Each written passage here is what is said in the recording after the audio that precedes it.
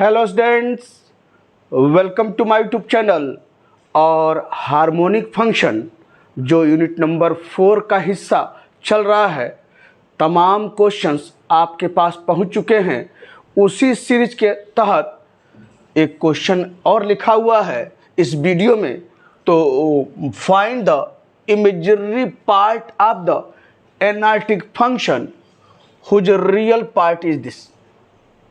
यानी यहाँ पर देखिए, क्वेश्चन अभी तक आपको आ रहा था कि so that given function is harmonic, find its imaginary part. फिर कहता था also construct the analytic function F Z, या अगर यू दे दिया है हार्मोनिक फंक्शन प्रूव करने के लिए कह रहा है, और कहता है कंस्ट्रक्ट द या express the function F Z in terms of Z. इस तरह का क्वेश्चन आपके पास कई क्वेश्चन आपके पास पहुँचे हुए हैं। अब इसमें जो है कह रहा है कि find the imaginary part of the analytic function where real part is this. तो एनालिटिक फंक्शन आप जानते हैं, अगर एफ जेड एनालिटिक फंक्शन है तो यू प्लस आई भी जानते हैं ना, एफ जेड बराबर क्या है, यू प्लस आई भी होता है। और आपको बता चुके हैं कि यह दो हिस्सा है। एक हिस्सा जो आई से मुक्त है वो आपका रियल पार्ट है। यह कौन सा पार्ट है? रियल पार्ट, ये the part which is free from I. और दूसरा पार्ट है जो भी के साथ है, वो कौन सा पार्ट है? Imaginary part. ये सब हम बता चुके हैं पहले ही आपसे, इमेजिनरी पार्ट। अब कह रहा है कि इमेजिनरी पार्ट बताइए जहां रियल पार्ट दिया है। तो मतलब क्या दिया है? रियल पार्ट यानी यू दिया है। तो और निकालना क्या है? भी निकालना है, वही तो इमेजिनरी पार्ट है। तो यहां लिखेंगे क्या? गिवन यू बराबर ये है आपका U X cube minus 3xy square अब plus 3x square minus 3y square. ये यू है दिया है। तो मुझे कह रहा है कि भी निकालिए, और कुछ नहीं कह रहा है। न ये कह रहा कि दिखाइए कि हार्मोनिक फंक्शन है, न और कोई चीज़ अभी डिस्कस कर रहा है।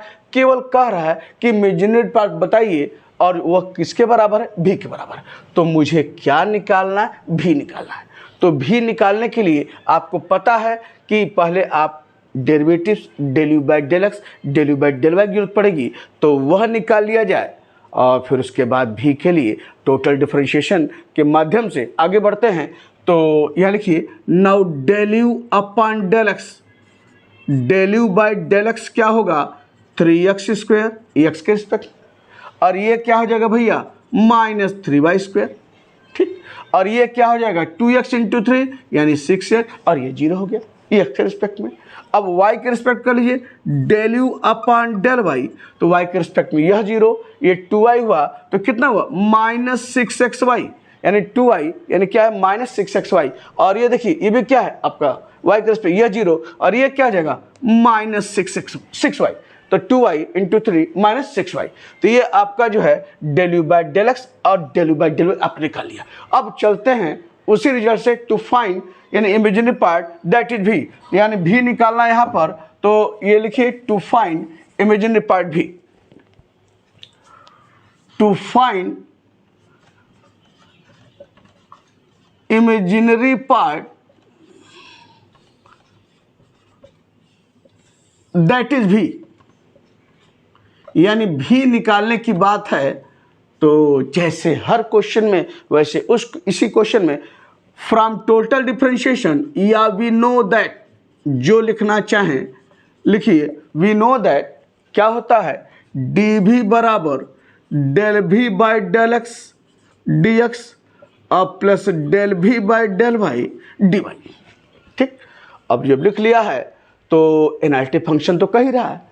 तो अब हमको जो है एनालिटिक फंक्शन है तो सी आर इक्वेशंस यूज करेंगे। तो क्या लिखेंगे? फ्रॉम सी आर इक्वेशन, क्योंकि मुझे del v by del x del v by del y नहीं पता है, मुझे पता है del u by del x del u by del y. तो यहाँ से सी आर इक्वेशन का यूज करते हुए आगे बढ़ा जाए तो लिखेंगे क्या? From C R equations, from C R equations del u by del x बराबर del v by del y and del v by del x बराबर और क्या हो जाएगा? Minus del u upon del y. तो इसी का यूज कर लिया जाए तो देयरफॉर डी भी बराबर del v by del x किसके बराबर है, minus del u upon del y d x. तमाम क्वेश्चन बिल्कुल एक ही ट्रैक पर चलना है। तो यह आपके सामने, और del v by del y किसके बराबर है, del u by del x, और यह है डी वाई। अब आप जो है यानी डेल बाई डेल वाई का मान लिख लिया यहाँ पर। अब del u by del y क्या है, ये सब यहाँ निकाले हैं, रख दीजिए। तो डी भी बराबर क्या हो जाएगा, minus del u by del y, ये है ना, ये है माइनस 6xy और माइनस 6y और डी एक्स।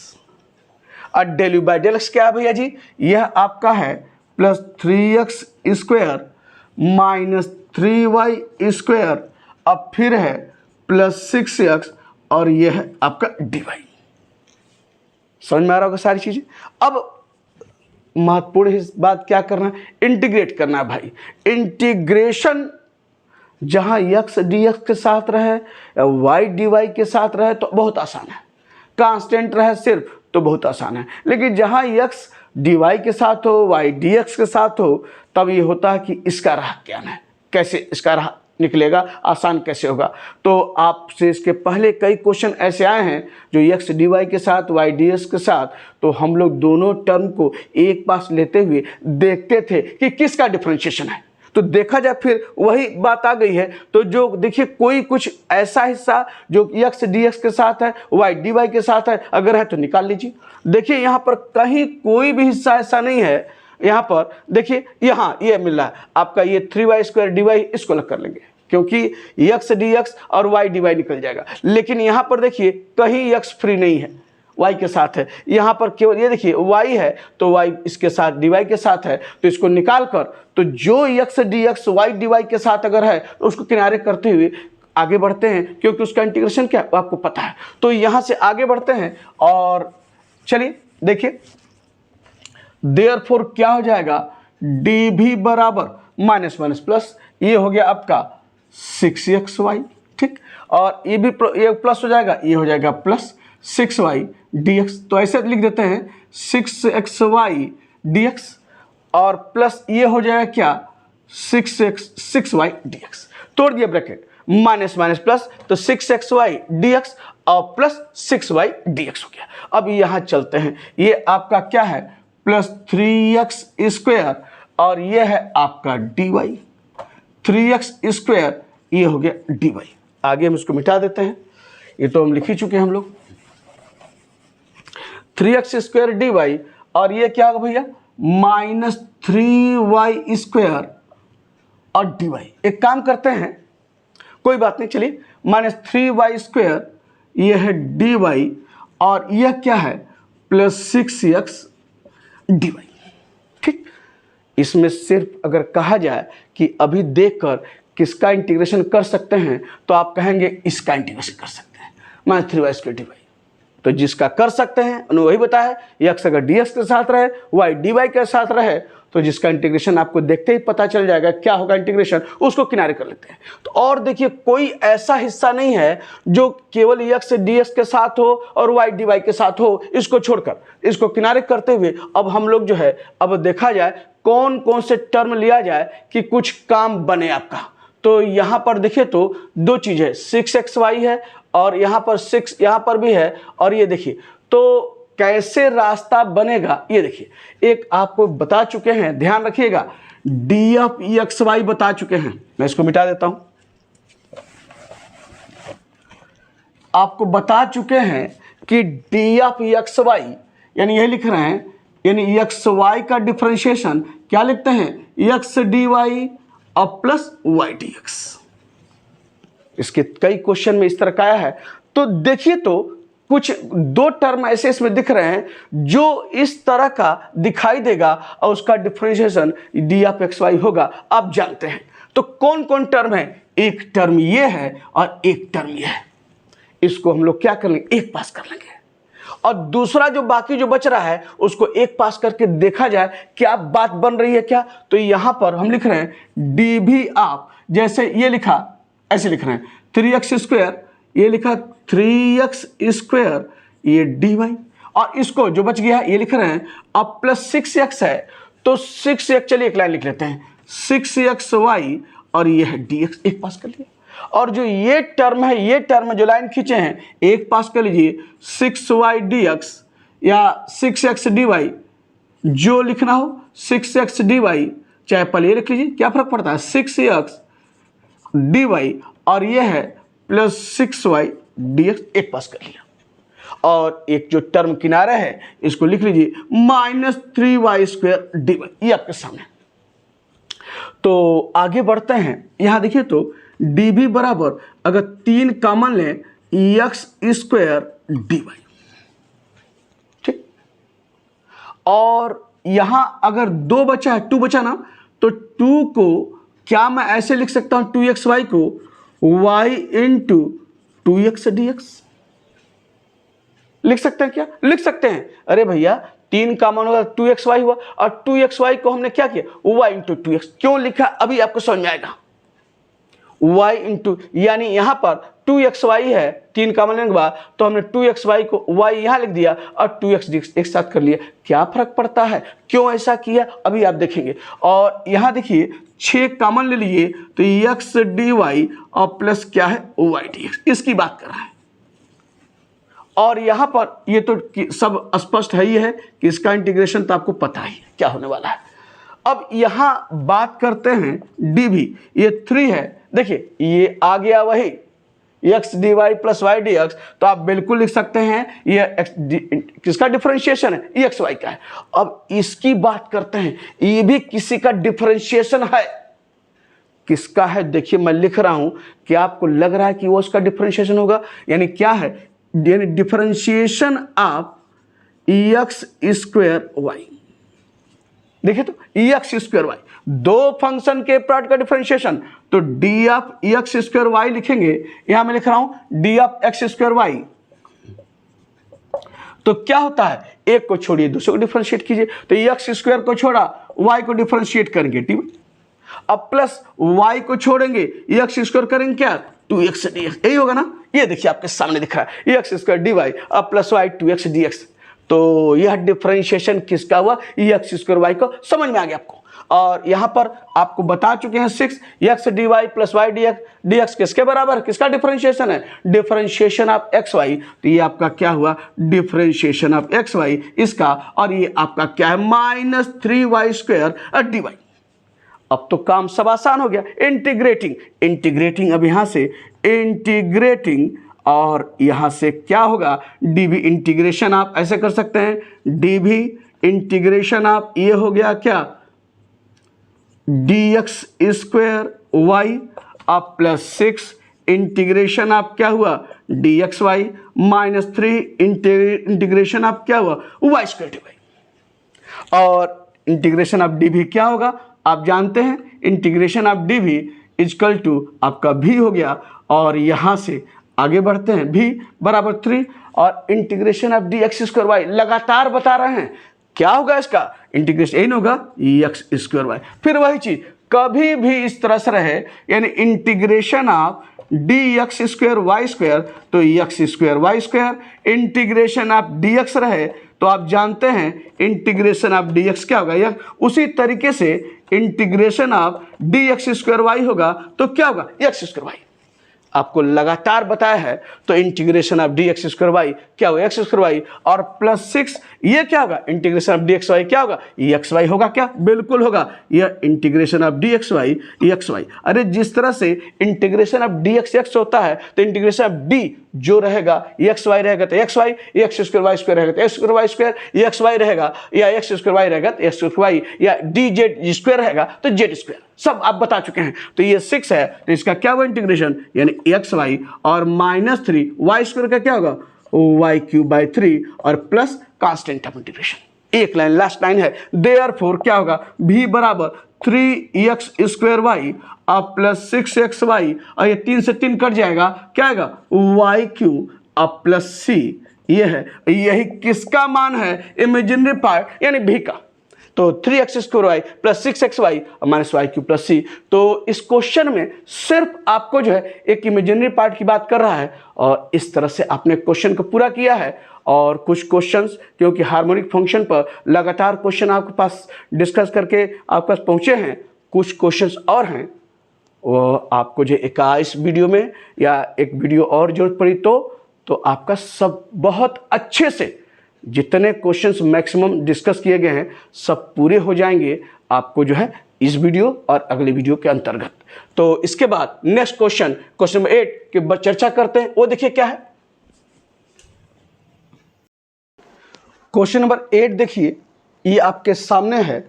कह रहा है कि यदि फाई और साई एक्स वाई के फंक्शन हैं, लैप्लास इक्वेशन को सेटिस्फाई कर रहे हैं, तो कह रहा है प्रूफ कीजिए कि यस प्लस आई टी जो है एनालिटिक फंक्शन होगा, जहां यस बराबर del phi by del y minus del psi by del x और टी बराबर del phi by del x और plus del psi by del y, ये दिया हुआ है।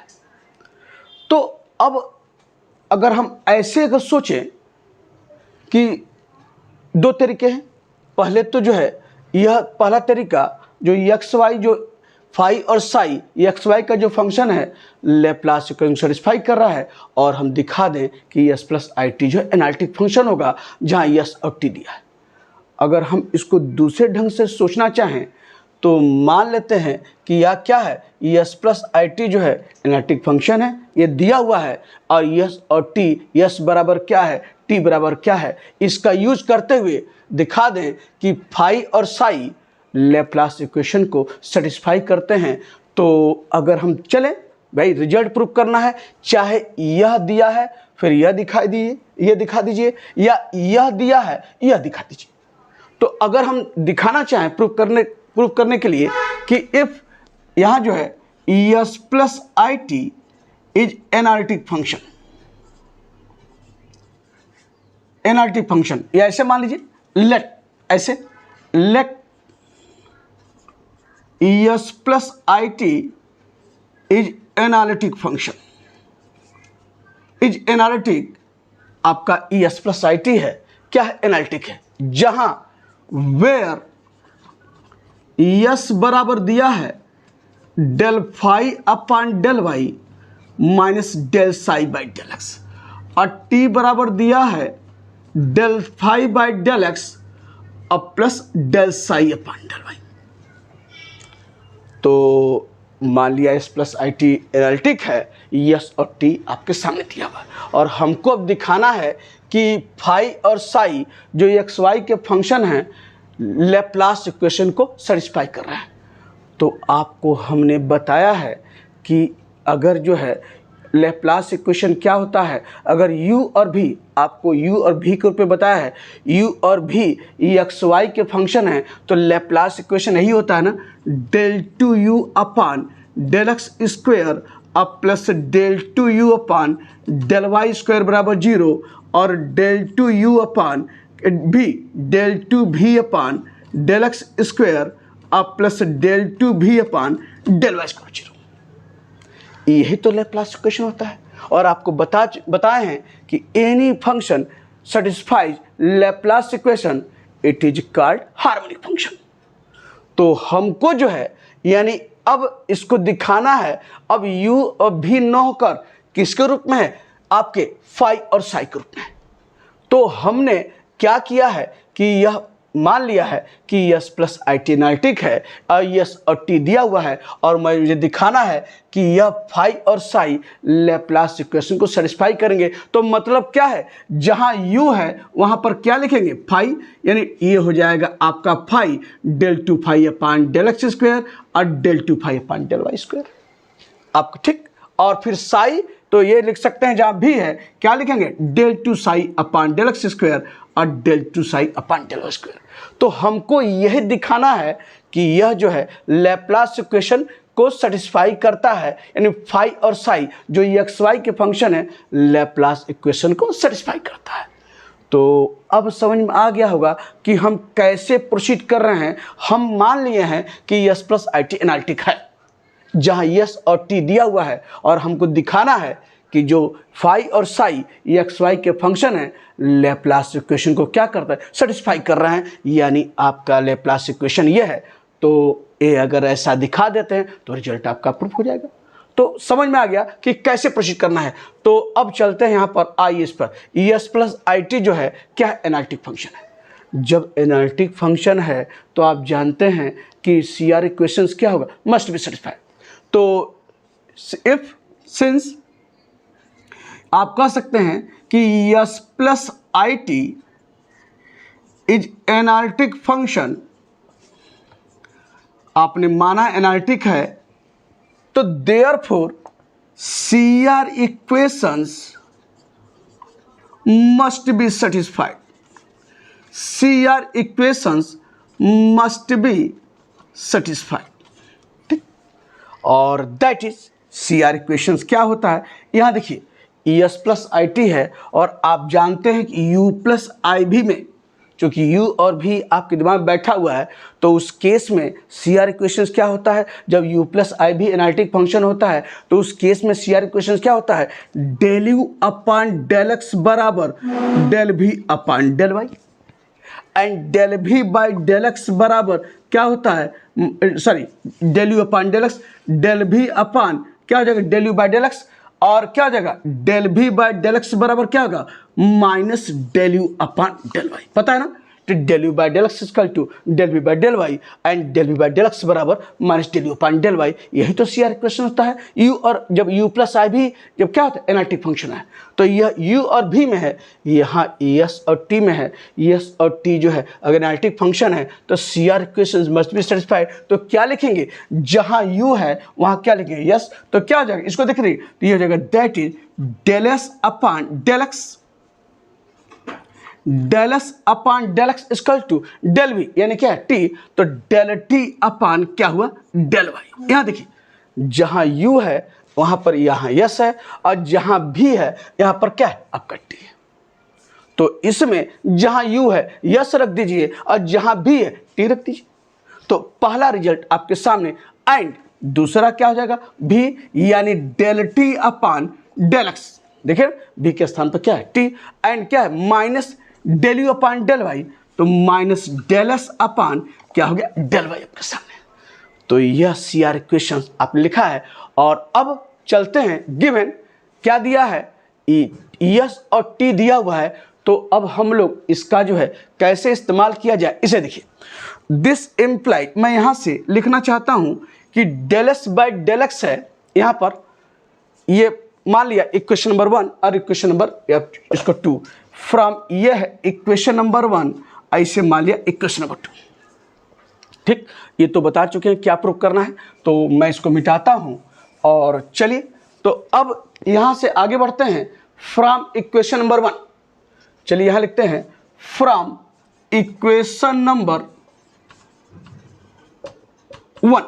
1 क्या है, इसे देखिए तो दिया है del s upon del x, दिया है क्या, del s upon del x बराबर del t upon del y, है ना।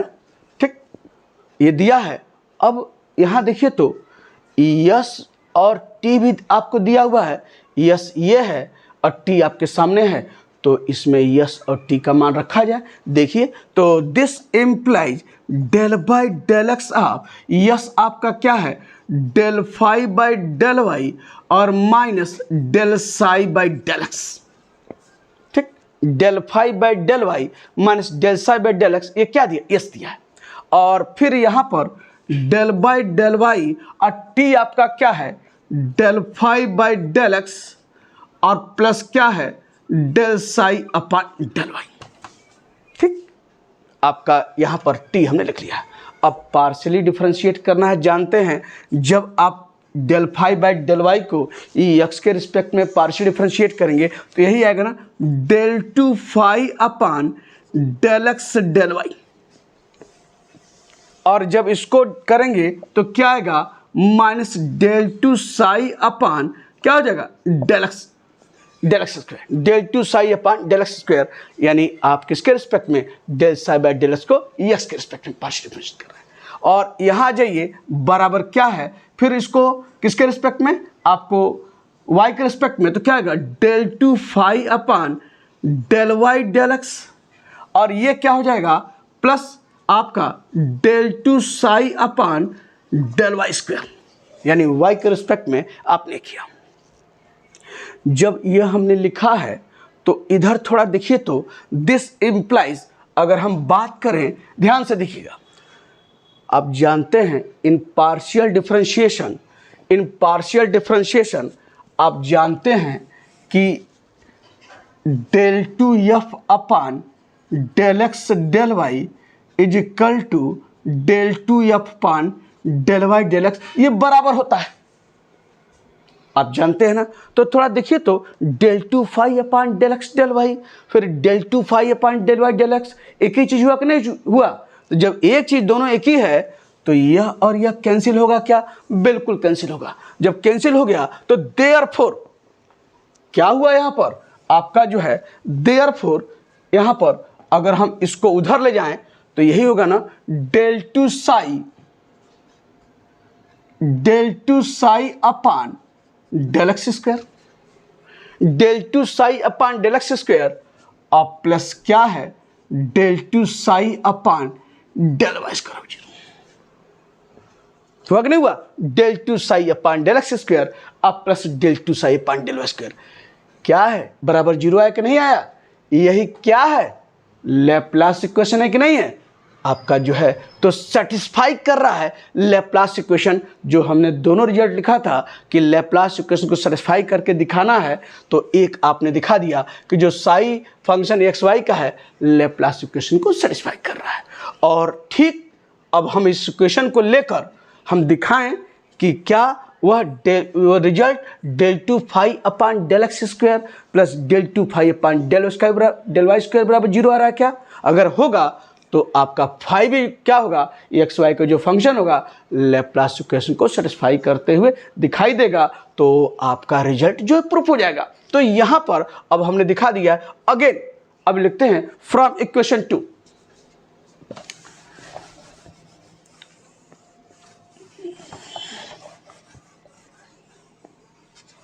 again from equation 2,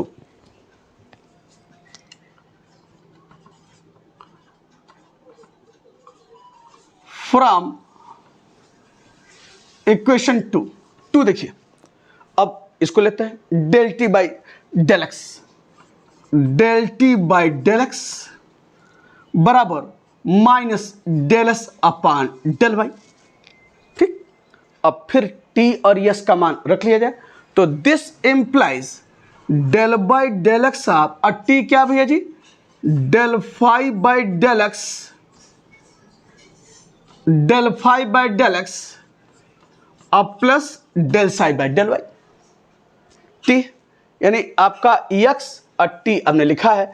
और यहां जाइए minus del by del y आप यस, देखिए यस लिख लीजिए, यस दिया है क्या, del phi upon del y और minus del psi upon del x. अब फिर पार्शियल डिफरेंशिएट करें तो ये क्या हो जाएगा, del phi by del x के रिस्पेक्ट में, तो del two phi upon del x square, और ये क्या हो जाएगा, del psi by del y को एक्स के रिस्पेक्ट में, तो del two psi upon del x del y होगा ना।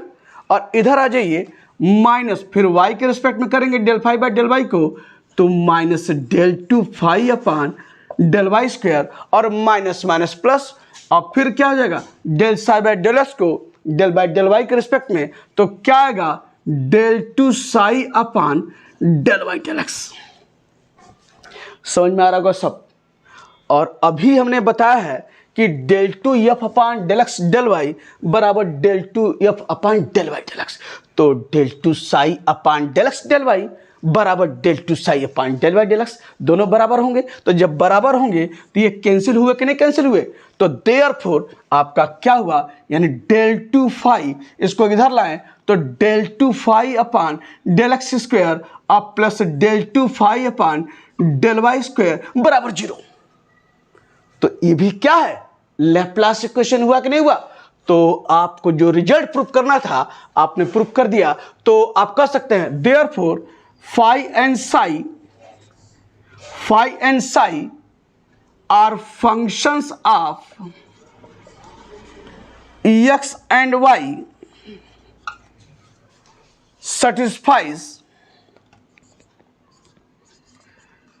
satisfies या satisfying लैप्लास इक्वेशन। ये आपने दिखा दिया प्रूफ करते हुए, सेटिस्फाइज लैप्लास इक्वेशन। तो फाई एंड साई जो एक्स वाई के फंक्शन है, सेटिस्फाइड लैप्लास इक्वेशन, और यही आपका क्या है, लैप्लास इक्वेशन। आपने बहुत अच्छे से इस क्वेश्चन को इस ढंग से पूरा किया, तो चीज़ें बिल्कुल समझ में आ गई होंगी, और बिल्कुल ध्यान देते हुए सारा काम कीजिए। तो यह आपका था, क्या था, क्वेश्चन नंबर 8। देखिए 9वें नंबर पर एक छोटा सा क्वेश्चन और आपके सामने मैंने लिया है, और क्वेश्चन क्या है, an electrostatic field in the XY plane is given by potential function phi, find the stream function. जो वर्ड दिया है उसको लेकर मत परेशान हुई कि इसमें इलेक्ट्रोस्टैटिक फील्ड पूछ रहा है, यानी फिजिक्स आपको लग रहा होगा, स्ट्रीम फंक्शन पूछ रहा है।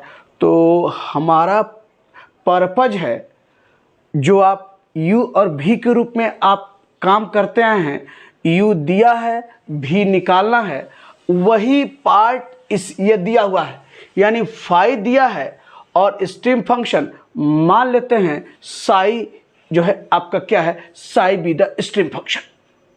तो आप u प्लस आई भी में आप जानते हैं कि एफ जेड बराबर u प्लस आई भी में आप जो है u यानी रियल पार्ट, अब v is your imaginary part, तो u और v के रूप में जानते हैं, और यहाँ जो है वह क्या है, फाई, और हम मान लेंगे जो स्ट्रीम फंक्शन क्या उस साई है। तो u दिया है, v निकालना होता है, उस तरह से यह फाई दिया है, और स्ट्रीम फंक्शन मान लेते हैं साई, साई निकालना है। सब कुछ वही है जो आप इसके पहले आप क्वेश्चन आपसे डिस्कस किया जा चुका है कि फाइंड इमेजिनरी पार्ट भी या फाइंड भी हुज रियल पार्ट, यानी u इज गिवन। तो सब कुछ वही है। तो यहाँ पर मान लेते हैं पहले let psi XY be the stream function. मान लिया साई जो क्या है, स्ट्रीम फंक्शन है, तो देयरफॉर आपका जो है साई स्ट्रीम फंक्शन है, और गिवन फाई बराबर क्या है, 3x square y minus y cube. तो आपको पता है ना कि phi 3x square y minus y cube है, तो यहाँ से क्या आप निकाल सकते हैं, डेल फाई बाई क्या निकालिए, डेल एक्स। क्या होगा del phi by del x, यानी जिस तरह से del u by del x, del u by del y निकालते थे, उसी तरह से del phi by del x और del phi by del y निकाला जाए। इसे आप यू समझकर काम जैसे करते हैं यू समझकर कीजिए। तो del phi by del x क्या होगा, 2x यानी 6xy, और ये तो 0 हो गया। फिर है del phi upon del y, यानी y के रिस्पेक्ट में अगर हम लोग जो है इसको डिफ्रेंशिएट करें पार्शली, तो y के रिस्पेक्ट में क्या हो जाएगा, यहाँ देखिए यह y है, ये 3x स्क्वायर हुआ, और ये क्या होगा माइनस 3y स्क्वायर, यानी आपने del phi by del x और del phi upon del y निकाल लिया। अब हमको जो है स्ट्रीम फंक्शन साई निकालना है, तो to find stream function psi, stream function that is psi, ये निकालना है। अब इसको मैं मिटा देता हूं। तो जिस तरह से फ्रॉम टोटल डिफरेंशिएशन आप जानते हैं, फ्रॉम टोटल डिफरेंशिएशन जब भी निकालते थे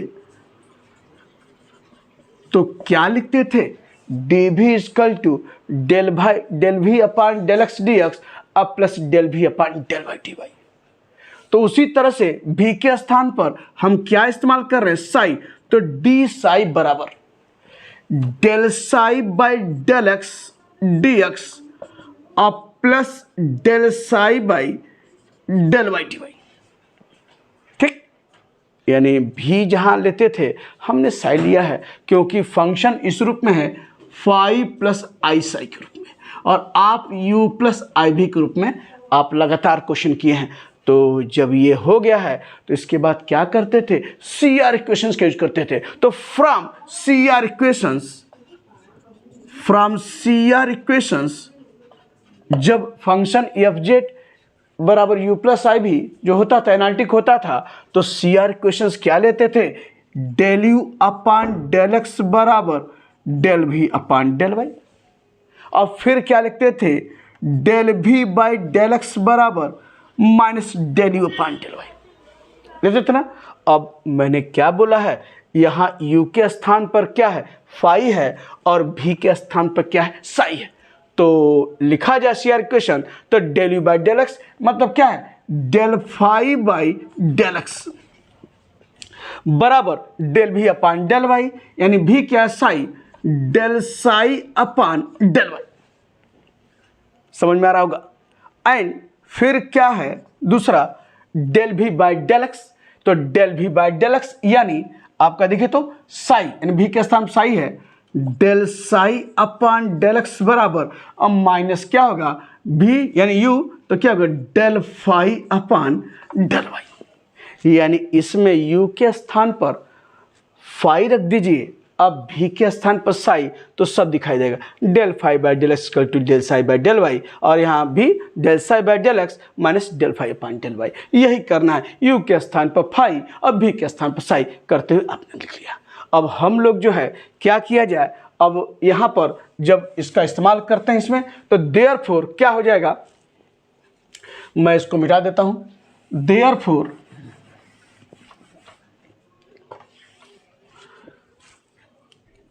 डी साई बराबर, चलिए del psi by del x के स्थान पर क्या लिखेंगे, minus del phi upon del y लिख लीजिए, minus del phi upon del y d x, और फिर है आपका del psi by del y के स्थान पर क्या लिखेंगे, del phi by del x, तो del phi by del x, और ये क्या हो जाएगा डी वाई। समझ में आ रहा होगा। तो हमने क्या लिखा है, del psi by del y के स्थान पर del phi by del x d x, और आपने del phi by del x del phi by del y निकाला है, रख लिया जाए, तो देयरफॉर क्या हो जाएगा, डी साई बराबर minus del phi by del y, यानी क्या है 3x स्क्वायर और माइनस 3y स्क्वायर, और ये हो गया dx आपका, ठीक, minus 3x square minus 3y square dx हो गया, और plus del phi by del x, ये है 6xy और dy आपके सामने। अब हम लोग को जो है थोड़ा सा ब्रैकेट ओपन करके रखिए, तो अब देखिए क्या चीजें मिल रही हैं आपको।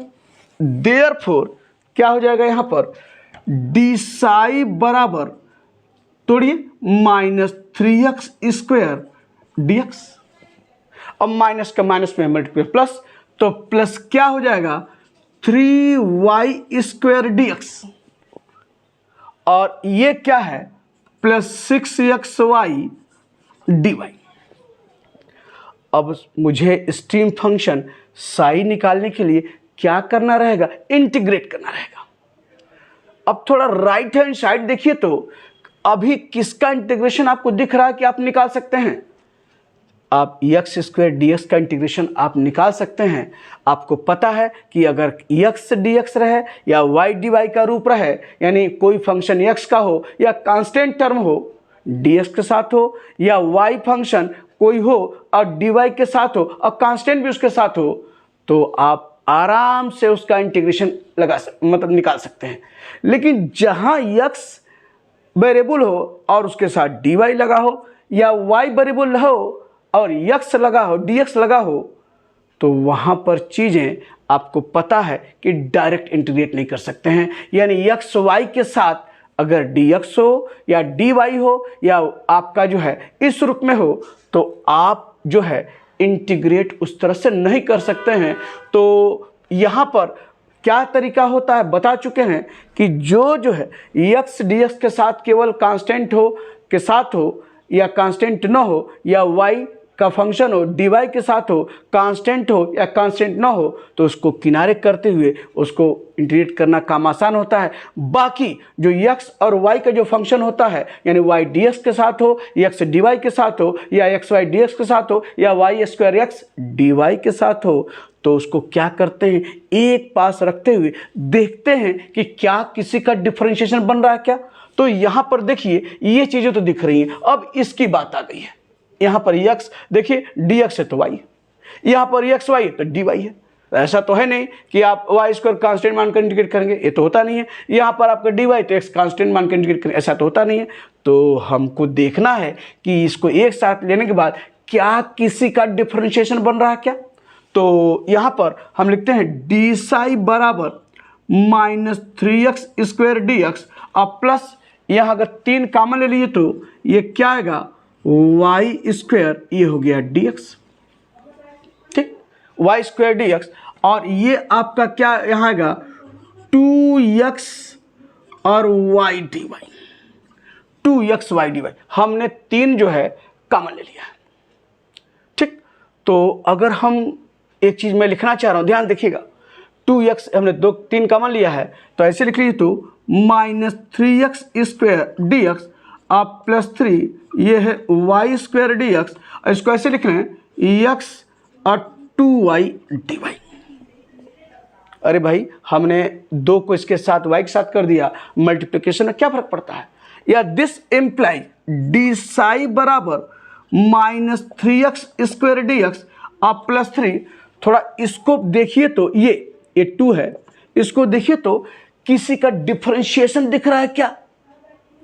अगर मैं लिखूं कि क्या यह dx² का डिफरेंशिएशन है, 2 फंक्शन के प्रोडक्ट का डिफरेंशिएशन, तो dxy², तो 2 फंक्शन के प्रोडक्ट का डिफरेंशिएशन, y² को छोड़ेंगे x को डिफरेंशिएट करेंगे dx, अब प्लस x को छोड़ेंगे y² को डिफरेंशिएट करेंगे, क्या आएगा 2y dy, होगा कि नहीं होगा।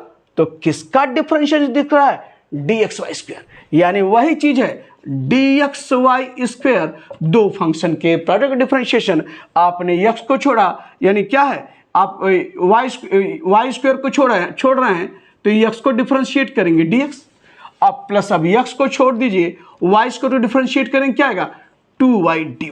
और देखिए वही चीज आपके सामने y² dx plus x 2y dy। समझ में आ गया होगा। अब क्या करना, इंटीग्रेट करना है,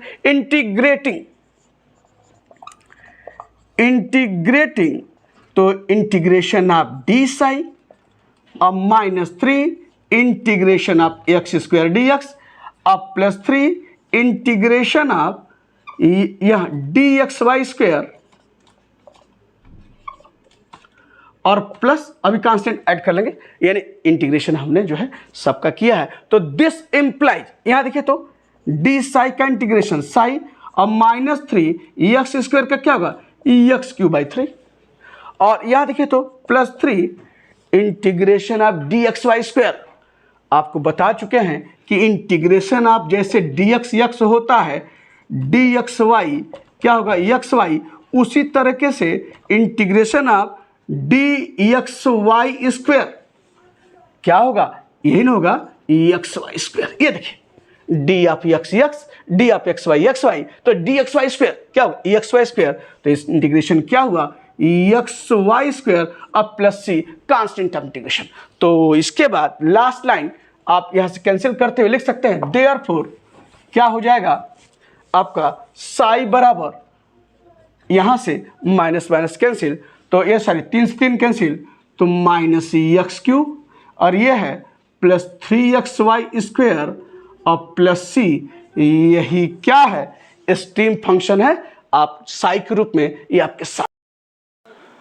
तो स्ट्रीम फंक्शन निकालने के बाद अगर इसमें एक चीज और जोड़ दें, वह क्या है फाइंड कॉम्प्लेक्स पोटेंशियल। तो यहां से अगर मैं यह इसमें शामिल करूं कि enhance find complex potential, Sai आपने यहां लिख लिया है और यही मैं शामिल करता हूं enhance find complex potential, complex potential. तो कॉम्प्लेक्स पोटेंशियल क्या होगा ये भी बताइए। तो यहां पर कॉम्प्लेक्स पोटेंशियल मान लिया, लेट कॉम्प्लेक्स पोटेंशियल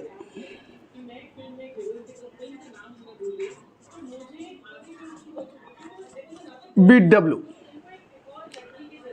तो क्या होगा कॉम्प्लेक्स पोटेंशियल डब्ल्यू, ये बताना है। तो जिस तरह से फंक्शन कॉम्प्लेक्स वेरिएबल, यानी आप जो जानते हैं ना फंक्शन ई एफ जेड जो निकालते हैं, ई एफ जेड बराबर क्या होता है यू प्लस आई बी। तो जिस तरह से कंस्ट्रक्ट करते हैं analytic function E F Z जो यू प्लस आई बी के बराबर होता है, वही काम यहाँ पर कह रहा है कॉम्प्लेक्स पोटेंशियल डब्ल्यू का। तो आप जानते हैं डब्ल्यू बराबर एफ जेड बराबर इस रूप में आपको पता है। तो कॉम्प्लेक्स पोटेंशियल को अगर हमने डब्ल्यू माना है तो आप जानते हैं कि देयरफॉर डब्ल्यू बराबर आप यू प्लस आई भी लिखते हैं। यहाँ यू भी के रूप में न होकर किसके रूप में, फाई और साई के रूप में। तो ये आपका जो है क्या है यहाँ पर फाई और प्लस आई साई। ये देखिए फाई प्लस आई साई। तो यहाँ पर आपका जो है फाई और यू भी आपका जेड के टर्म यानी एफ जेड बराबर यू प्लस आई भी जानते हैं। बस यहाँ पर क्या है कि जो भी कॉम्प्लेक्स पोटेंशियल किसके रूप में है, फाई और साई के रूप में। तो डब्ल्यू बराबर फाई प्लस आई साई। जो काम आप फंक्शन एफ जेड को आप कंस्ट्रक्ट करते थे किसके टर्म में, जेड के टर्म में, वही काम यहाँ पर भी मुझे फाई और साई लिखने के बाद इस तरह से अरेंज करना है कि जेड के टर्म में आपको डब्ल्यू दिखाई दे, कॉम्प्लेक्स पोटेंशियल। तो जैसे एफ जेड वैसे डब्ल्यू काम करना है। तो चलिए कैसे किया जाए, लिख लीजिए डब्ल्यू बराबर आपका फाई दिया है, लिख लीजिए ये है 3x square y minus y cube, ये है फाई। अब प्लस आई, ये आई यह है और साई दिया है जो आपने स्ट्रीम फंक्शन निकाला है। तो यह क्या है एक्स क्यू अब plus 3x y square plus c. हमने आपको बताया है ना कि पहला काम जब भी हमको अरेंज करना होता है तो जो कांस्टेंट टर्म है उसको किनारे कर दीजिए। तो यहाँ पर देखिए आई सी कांस्टेंट टर्म है, किनारे कर दीजिए। तो डब्ल्यू बराबर क्या हो जाएगा 3x square y minus y cube plus i x cube. अब प्लस ये है आपका 3x, चाहे आई पर लिख लीजिए कोई दिक्कत नहीं है, आई 3x वाई स्क्वायर अब प्लस आई सी, ब्रैकेट तोड़ दिया है। अब यहाँ देखिए आपका आई सी किनारे है यानी कांस्टेंटर, बाकी सारे टर्म ये देखिए। तो मैंने आपको बताया है कि क्या करना है, मुझे जेड के टर्म लिखना है। और जानते हैं जेड के टर्म में कब लिखेंगे, जेड के टर्म में जब आपको एक्स प्लस आई वाई का रूप दिखाई दे जो जेड के बराबर होता है। अब जानते हैं, सोचिए क्या करना है। अब यहाँ पर मुझे एक्स प्लस आई वाई का रूप चाहिए। ये जो सारे टर्म दिख रहे हैं आप देखिए तो क्यूब है यहाँ पर x square y x y square. तो कहीं ना कहीं आपका दिमाग बिल्कुल स्ट्राइक करेगा कि यह जो है यानी जेड के टर्म लिखने के लिए मुझे एक्स प्लस आई वाई का रूप तो चाहिए, लेकिन जब टर्म क्यूब के रूप में है तो कौन सा रूप बनेगा एक्स और एक्स प्लस आई वाई के रूप में, वह क्या है क्यूब का टर्म है। तो क्या यही नहीं बनेगा, बनने के लिए ई एक्स प्लस आई वाई का होल क्यूब, क्योंकि स्क्वायर रहता x square plus y square plus 2xy जो भी रहे। तो मुझे एक तो दिमाग में आइडिया बिल्कुल स्ट्राइक कर जाएगा कि जो भी एक्स प्लस आई वाई का रूप बनेगा वह एक्स प्लस आई वाई का होल स्क्वायर रहेगा। अगर क्यूब के टर्म है तो आपका जो है वह टर्म किसके रूप में बनने की बात आएगी, एक्स प्लस आई वाई का रूप कौन सा रहेगा, एक्स प्लस आई वाई का होल क्यूब। अगर आपका फोर्थ रहे एक्स का पावर 4 प्लस वाई का पावर 4 और कुछ और, जब आप एक्स प्लस आई वाई के पावर 4 में आप किनारे आप जरूर जो है क्या कौन कौन टर्म आएंगे निकालने पर आपको चीज़ें दिखाई दे रही हैं। तो अगर आपको पूरा दिख रहा है सारे टर्म में एक्स के पावर 4 वाई का पावर 4 और क्या क्या एक्स के पावर 4 में यानी एक्स प्लस आई वाई के पावर 4 में कौन कौन टर्म आते हैं, तो यह दिमाग आपका बिल्कुल स्ट्राइक करेगा, अरे यह तो एक्स प्लस आई वाई का पावर 4 होगा। तो पावर एक्स का पावर 4 देखिए कहाँ decide, x square plus y square x y होगा। तो एक्स प्लस आई वाई का होल स्क्वायर के रूप में जेड का टर्म निकलेगा। अगर क्यूब का टर्म है x cube y cube x y square x y, तो कहीं ना कहीं एक्स प्लस आई वाई का होल क्यूब का टर्म रहेगा, और कहीं आपका एक्स का पावर 4 प्लस वाई का पावर 4 और जो भी टर्म आते हैं, यानी आप निकालने के लिए क्या करेंगे, एक्स प्लस आई वाई का होल स्क्वायर और एक्स प्लस आई वाई का होल स्क्वायर आप मल्टीप्लाई कर लीजिए, इसका एक्सपेंड करते हुए मल्टीप्लाई कर लीजिए, और देखिए और भी टर्म उसमें दिखाई देंगे। तो जहां x का पावर 4 y का पावर 4 दिखाई दे गया और बाकी टर्म तो रहेंगे ही, तो कहीं ना कहीं वह x प्लस आई वाई का पावर 4 का टर्म रहेगा, और वह किसके बराबर रहेगा, z के बराबर। तो यह आपको तुरंत दिमाग स्ट्राइक कर जाएगा कि x और x प्लस आई वाई का टर्म रहे तो साफ साफ x plus i y z का टर्म, अगर x square y square x y के टर्म रहे तो एक्स प्लस आई वाई का होल स्क्वायर, अगर x cube plus y cube बाकी x square y x y square है तो आपका एक्स प्लस आई वाई का होल क्यू, अगर एक्स का पावर 4 प्लस वाई का पावर 4 है और भी टर्म रहे जो मल्टीप्लाई करने पाएंगे तो क्या होगा, ये एक्स प्लस आई वाई के पावर 4 का टर्म मिलेगा जेड के टर्म में। तो यह एक दिमाग में बिल्कुल बैठा चलिए, फिर काम आपका आसान हो जाएगा। तो यहाँ पर क्यूब का टर्म है तो इसका मतलब मुझे ई एक्स प्लस आई वाई का रूप चाहिए, और ई एक्स प्लस आई वाई का होल क्यूब यानी एक्स प्लस आई वाई का होल क्यूब यानी कि ये रूप चाहिए। तो ई एक्स प्लस आई वाई का होल क्यूब किसके बराबर होता है, पहले किनारे आप फिर अपने हिसाब से लिख लीजिए। तो ई एक्स प्लस आई वाई का होल क्यूब मैं यहाँ लिखता हूँ, देखिए आप जानते हैं कि ई एक्स प्लस आई वाई का होल क्यूब ये किसके बराबर होगा, जेड क्यू के, जेड बराबर ई एक्स प्लस आई वाई, तो जेड क्यू बराबर ई एक्स प्लस आई वाई का होल क्यू। थोड़ा देखिए कौन कौन टर्म आ रहे हैं यहाँ पर, ये टर्म आ रहे हैं ई एक्स क्यू और प्लस क्या है आई वाई का क्यू, और यहाँ पर प्लस 3 और देखिए ई एक्स इंटू आई वाई और ब्रैकेट में क्या है ई एक्स प्लस आई वाई। हम बता चुके हैं क्वेश्चन में कैसे a प्लस बी का होल क्यू के रूप में ये चीज़ें एक्सपेंड किया गया है। तो x cube plus y cube plus 3ab 3x into i y और a प्लस बी ब्रैकेट में ये लिखा है।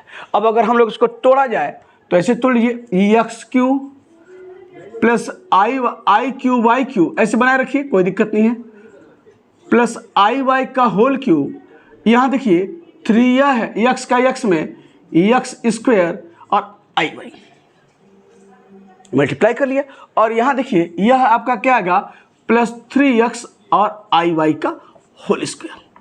यह अगर टर्म यहाँ दिखाई दे तो हम कह सकते हैं कि यह किसके बराबर होगा, ए एक्स प्लस आई वाई के होल क्यूब बराबर। देखिए तो क्या वह टर्म हम लोग पा सकते हैं क्या, ये तो किनारे कर दीजिए। अब हम क्या करते हैं, इस टर्म को पहले एक्स की लिखिए, आई एक्स क्यू ये लिख लिया, ऐसे अरेंज किया, फिर आपका क्या है माइनस वाई क्यू ये लिख लिया, ठीक, फिर ये लिख लीजिए प्लस क्या है 3x स्क्वायर वाई, अब फिर ये लिख लीजिए अब प्लस क्या है आई 3x वाई स्क्वायर अब प्लस क्या आई सी लिख लिया हमने इस रूप में आपके सामने यह है। अब यहाँ से हम लोग जो है देखा जाए क्या यह टर्म जो है आपको मिल सकता है क्या, ये सारी चीज़ें। तो यह क्या आई एक्स, ध्यान से देखिएगा आई एक्स क्यू है और यहाँ ये 3x square y minus y cube plus i x cube ये आपने तोड़ दिया है। तो हमने क्या किया है, ये आई एक्स क्यू है, ठीक, और ये है minus y cube plus 3x square y और प्लस यहाँ पर क्या है आई 3x वाई स्क्वायर। अब यहाँ एक चीज़ देखिए, ये ई एक्स क्यू नहीं है, ये माइनस एक्स क्यू है। जो आपने स्ट्रीम फंक्शन निकाला है साई वह यह है, माइनस छूट गया था, तो माइनस एक्स क्यू अब plus 3x y square plus c. तो अब हम लोग माइनस को यहाँ पर कंसीडर करते हुए माइनस एक्स क्यू लिखा है, और अब आपके सामने। तो चलिए हम लोग जो है सारे टर्म को पहले यानी इस रूप में हमको लिखना है। तो यहाँ देखिए माइनस एक्स क्यू है ये लिख लिया, minus y cube plus 3x square y, और यहाँ पर भी आपका चीज़ आ गया यानी क्या है आई और 3x वाई स्क्वायर आप लिख लिया, ठीक, यानी सारे टर्म लिख लिए हैं। अब मुझे ध्यान रखिएगा यह ई एक्स क्यू है, तो ई एक्स क्यू यहाँ माइनस आई एक्स क्यू है, तो मुझे ई एक्स क्यू का कोफिशिएंट क्या चाहिए 1 चाहिए ना। तो कैसे आएगा, यहाँ पर हम माइनस आई कॉमन ले लें, तो माइनस आई कॉमन लेंगे तो यहाँ पर क्या होगा ई एक्स क्यू हो जाएगा। और जब माइनस आई कॉमन लिए तो माइनस आई से -1 है, तो जब माइनस आई होगा तो माइनस माइनस प्लस, और क्या आ जाएगा 1/i, और ये हो गया वाई क्यूब। समझ में आ रहा होगा? माइनस आई कॉमन लिया तो माइनस आई से डिवाइड होगा तो माइनस माइनस प्लस और 1/i, और यहाँ माइनस आई कॉमन लिया है तो क्या हो जाएगा -1/i 3x² y, ये हो गया। और यहाँ माइनस आई कॉमन लिया है तो माइनस ये आई से तो कॉमन लिया ही है xy² और प्लस आई सी आपके सामने। तो अब हम लोग को यह रूप चाहिए और देखा जाए कैसे रूप मिल रहा है। Therefore W बराबर, यहाँ देखिए W बराबर ये है आपका -i(x³ है। थोड़ा देखिए, मैंने आपको बता रखा है कि 1/i को हम जो है वह कभी भी कॉम्प्लेक्स नंबर को डिनोमिनेटर के रूप में रखते हैं, a+ib के रूप में रखते हैं। तो a+ib के रूप में रखने के लिए यहाँ पर अगर 1/i है, क्या कीजिए ऊपर नीचे i से मल्टीप्लाई कर दीजिए, तो ये आपका क्या हो जाएगा +i इंटू आई आपका हो गया, होगा ना, i इंटू आई आपका हो गया। तो हमने क्या किया, ऊपर नीचे ऐसे मल्टीप्लाई किया, और ये है आपका y³ आपका, और ये फिर -1/i है, तो -1/i को मैंने बोला है ना कि a+ib के रूप में चाहिए, तो यहाँ चाहे ऊपर नीचे i से मल्टीप्लाई कीजिए, या -1 है तो -1 को आप लिख सकते हैं +i² और i आपका नीचे है, यानी i² -1 है और i आपका नीचे ही है, और ये क्या है 3x² आपके सामने।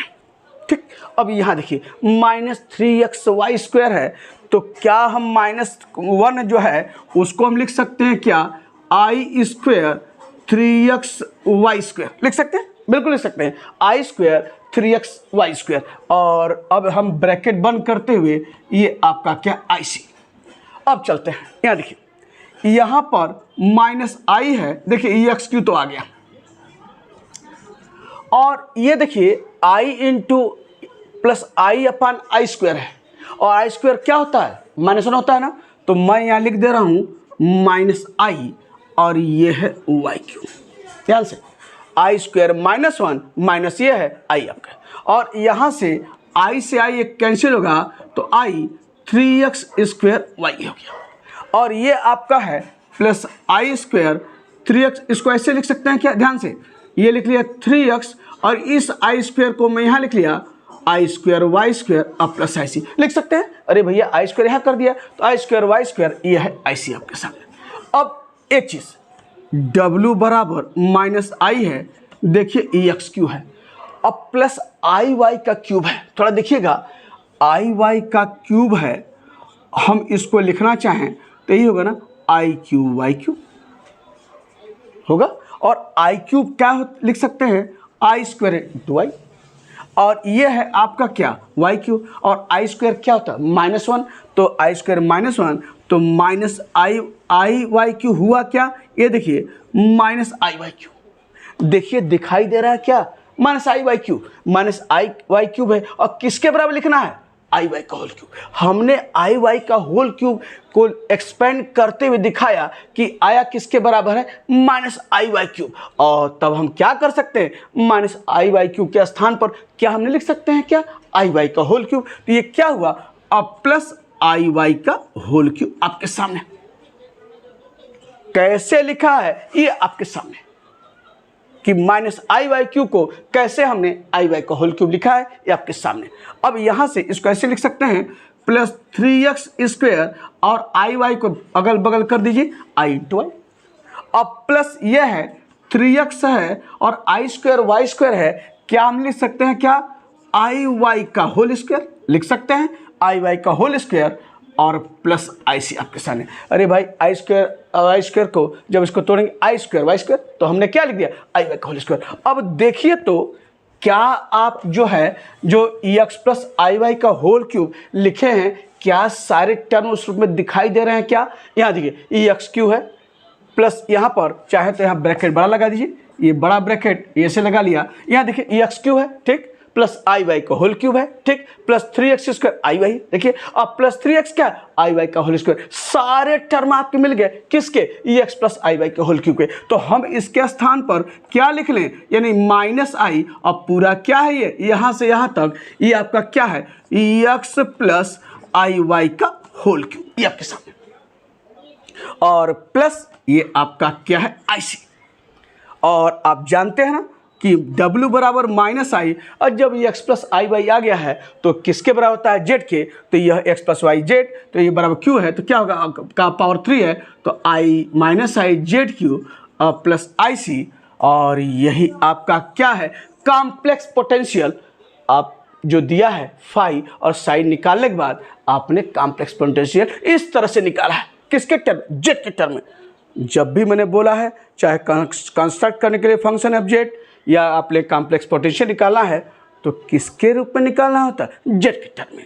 तो आप बहुत करेंगे, आई कॉमन ले लीजिए या ऐसे रहने दीजिए, तो आई कॉमन तो माइनस जेड क्यूब प्लस सी, चाहे ऐसे लिख लीजिए या ऐसे रख लीजिए, आई कॉमन ले लिया आपके रूप में, और चाहे ऐसे, तो चाहे जो हो, चाहिए रूप। तो इस तरह से एक बेहद महत्वपूर्ण क्वेश्चन का समापन हुआ, और यह क्वेश्चन कई बार पूछा है, तो यह मोस्ट इम्पॉर्टेंट क्वेश्चन के अंतर्गत यह क्वेश्चन शामिल रहेगा।